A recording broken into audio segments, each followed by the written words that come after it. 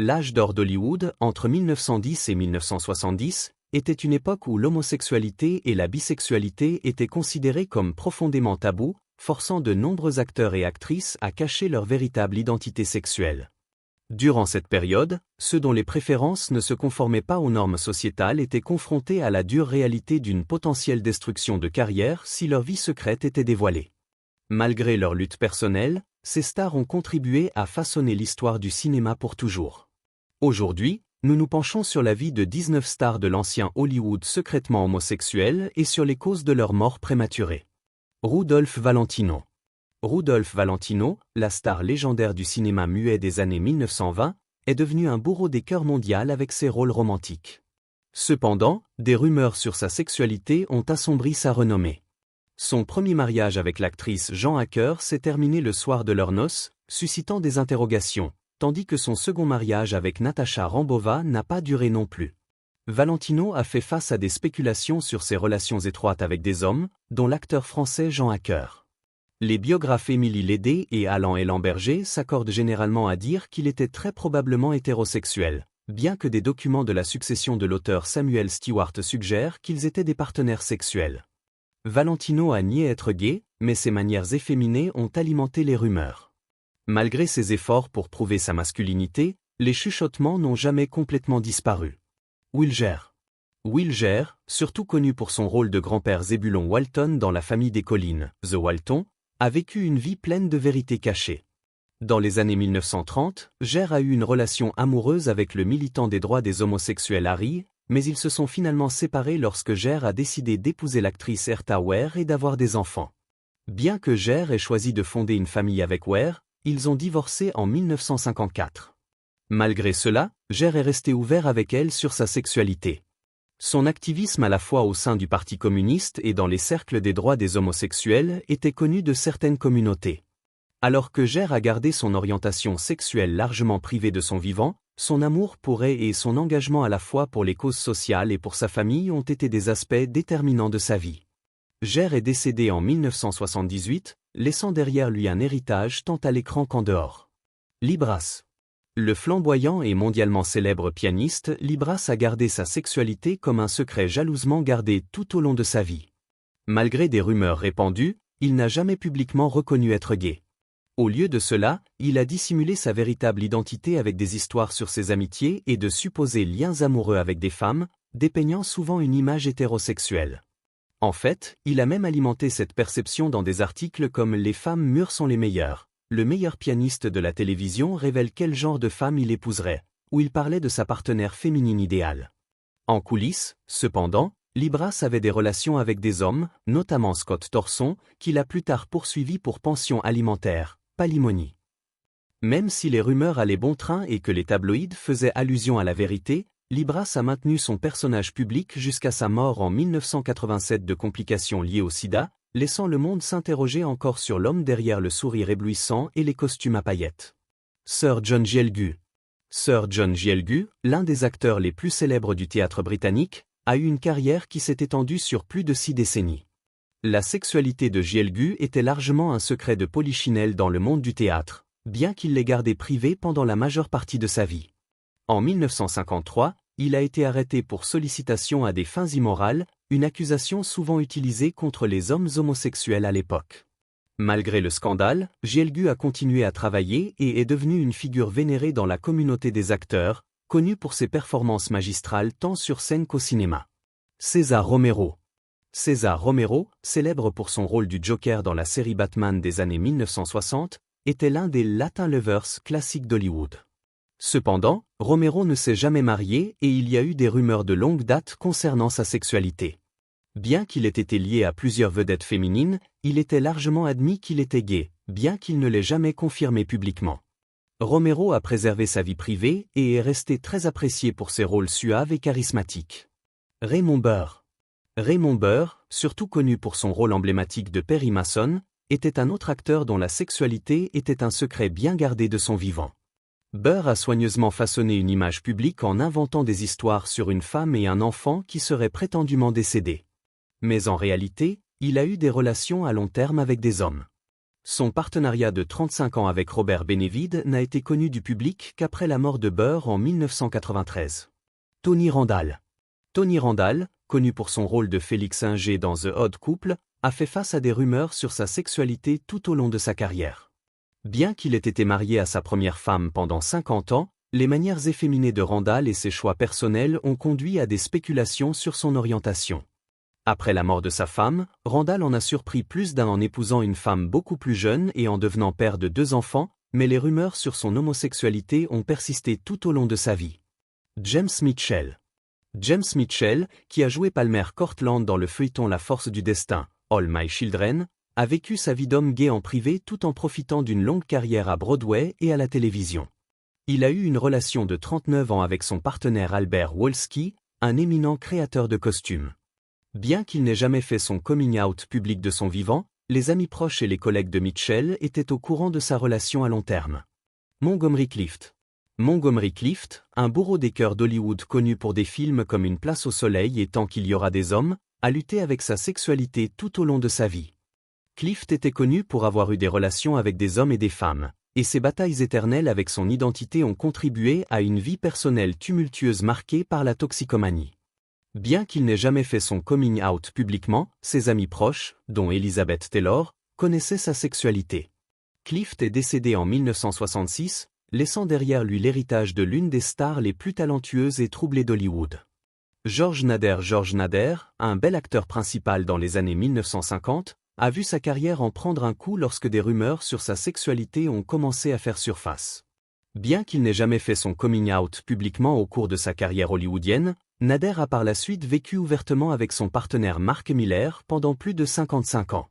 Son amitié étroite avec Rock Hudson a également alimenté les spéculations. Nader s'est éloigné de la comédie au début des années 1970, se concentrant plutôt sur l'écriture. Il est resté à l'écart des regards du public, vivant discrètement une vie avec son partenaire jusqu'à sa mort en 2002. Merv Griffin, le célèbre animateur de talk show et créateur de Jeopardy! Et de la roue de la fortune, a souvent fait l'objet de rumeurs selon lesquelles il était gay, bien qu'il ne l'ait jamais confirmé publiquement. Malgré des spéculations de longue date et plusieurs poursuites judiciaires qui laissaient entendre son homosexualité, Griffin est resté discret sur sa vie personnelle. Il a eu des relations étroites avec des hommes et des femmes, mais son orientation sexuelle n'a été chuchotée qu'en coulisses. Griffin est décédé en 2007, laissant derrière lui un héritage télévisuel qui éclipse le mystère de sa vie privée. Rock Hudson, l'un des acteurs principaux les plus emblématiques d'Hollywood, a passé toute sa carrière à cacher son homosexualité à une époque où être ouvertement gay pouvait détruire une carrière. Hudson a soigneusement protégé son image de tombeur hétérosexuel, allant jusqu'à conclure un mariage de complaisance avec sa secrétaire. À huis clos, Hudson avait des relations avec des hommes, mais ce n'est qu'à la suite de son diagnostic de sida en 1984 que sa sexualité est devenue publique. Sa bataille contre la maladie a sensibilisé à l'épidémie de sida et a brisé l'illusion du parfait acteur hollywoodien, marquant un tournant dans la façon dont la société percevait à la fois la maladie et la communauté LGBTQ+.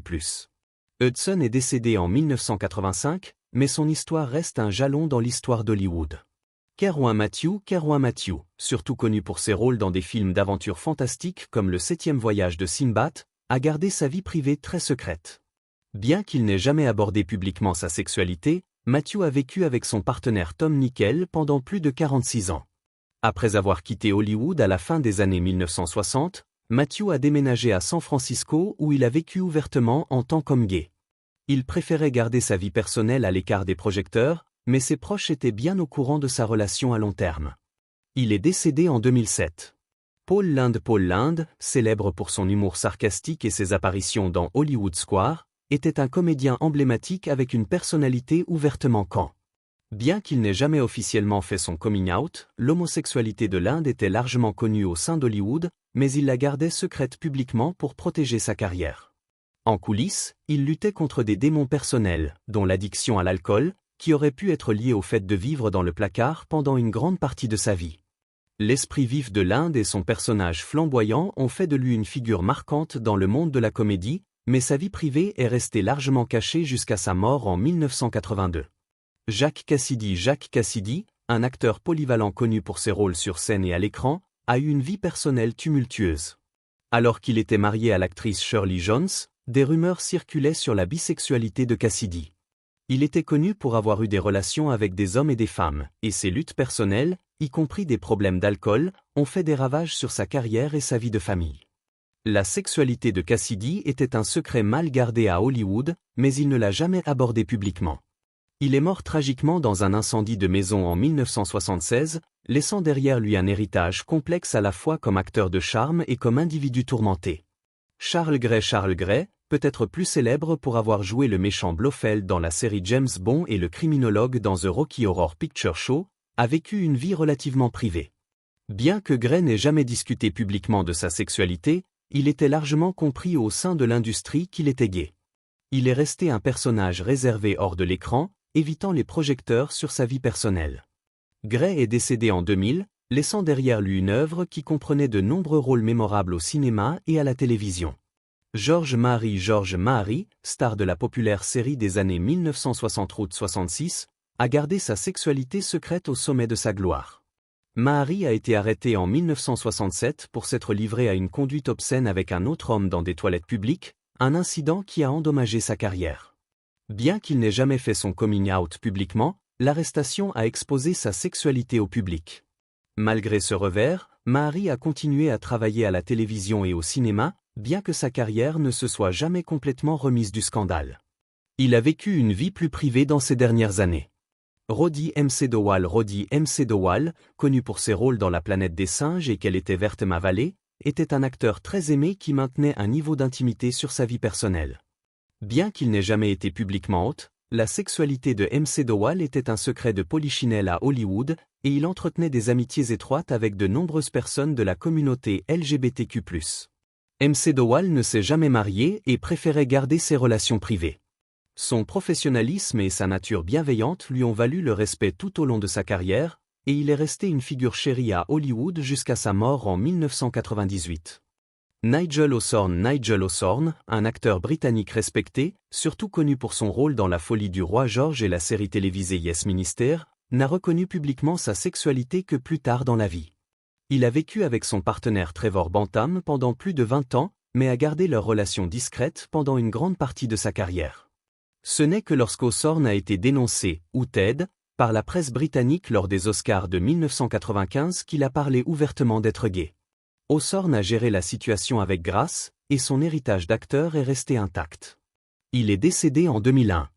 James Coco, un acteur de composition connu pour ses rôles comiques dans des films comme Only When He Logue et Les Muppets à Manhattan, était un autre acteur qui gardait sa vie privée cachée du public. Bien que Coco n'ait jamais fait son coming out publiquement en tant que gay, c'était bien connu dans ses cercles sociaux.